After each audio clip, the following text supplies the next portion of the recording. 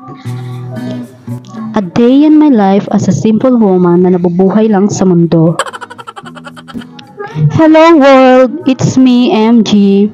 I've suddenly realized na super tagal ko na palang walang ina-upload na vlog ko na may voice over.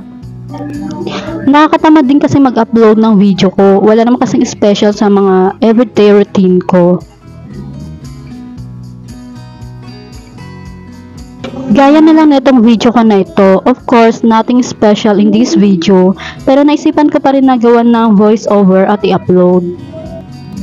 It's my morning routine vlog. Nagpi-film ako habang nag-aasikaso ng pagpasok sa work. Actually, tamad na tamad talaga akong kumilos niyan kasi paulan-ulan. At nung nagising nga ako ng 5 AM ay ginaw na ginawa ko. Minalot ko talagang sarili ko ng kumot. Pero ganun talaga ang life, need natin magsipag-sipagan para magkaroon ng income.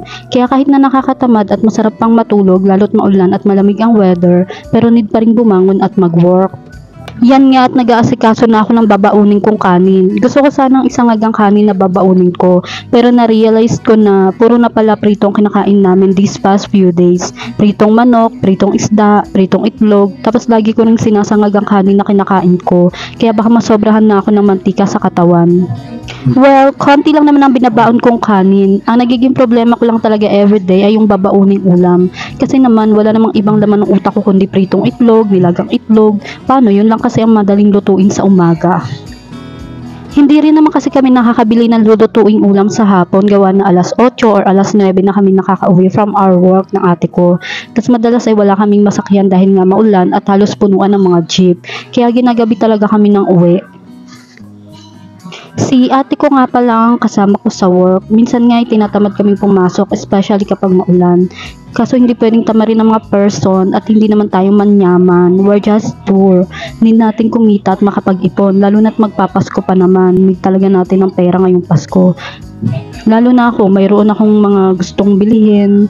Pero syempre, need natin pag-ipunan yun. Pero sa mahal ng mga bilihin ngayon, Diyos ko, swerte na talaga na may maitabi ka pang 50 pesos sa sinasahod mo. Hay buhay, parang life, charing. And ito naman ang aking breakfast for today. May tasty kami na nabili sa dali kagabi at may margarine. Yan ang aming breakfast. Tapos nagtimpla ako ng gatas. Minsan kape, minsan gatas ang iniinom ko. Depende talaga yan sa kung anong meron kami. Minsan kasi kapag may kape, nagkakape ako. Pero madalas gatas ang binibili namin sa umaga kasi si mama gatas ang gusto niya. Minsan naman kapag trip ko ng kape pero gusto ko rin ng gatas ay pinaghahalo ko ang kape at gatas. O dissolve ng aking breakfast. Madalas nga gatas lang iniinom ko sa umaga. Yun ang breakfast ko. Hindi na ako kumakain ng tinapay or ng kanin. Yun ay kapag trip kong magdayat-dayetan. O diba? Charing!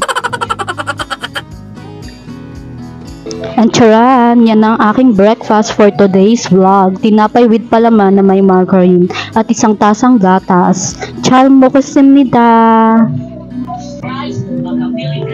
After I ate breakfast, nag-shower na agad ako. Mag 6:30 na rin kasi yan ng umaga and before 8 AM dapat nasa work na talaga kami.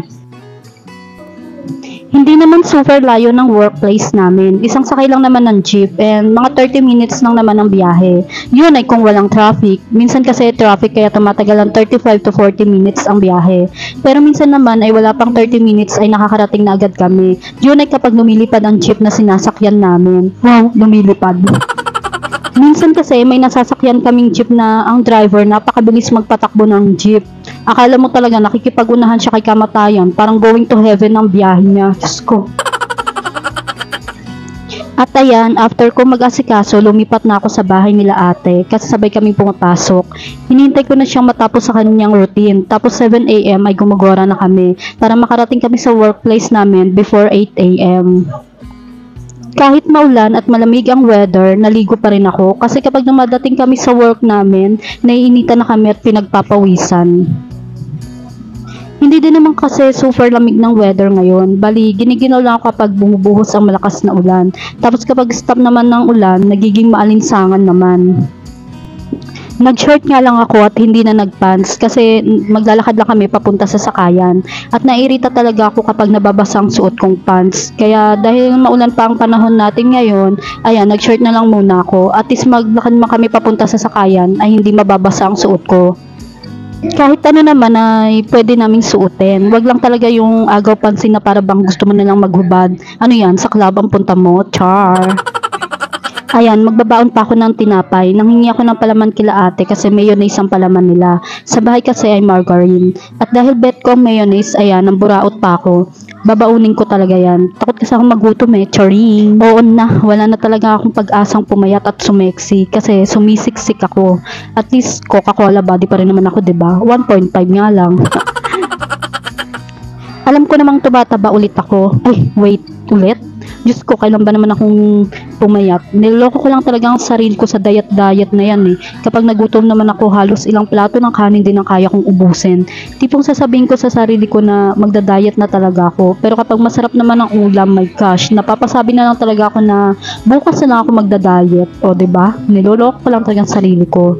Kaya kapag araw-araw masarap ang ulam namin, araw-araw ko rin sinasabi na bukas na lang ako magda-diet. Kundi ba naman talaga siya nga, 'di ba? Pati sarili ko niloloko ko. Siya, babay na nga. Magwo-work na kami. Annyeong.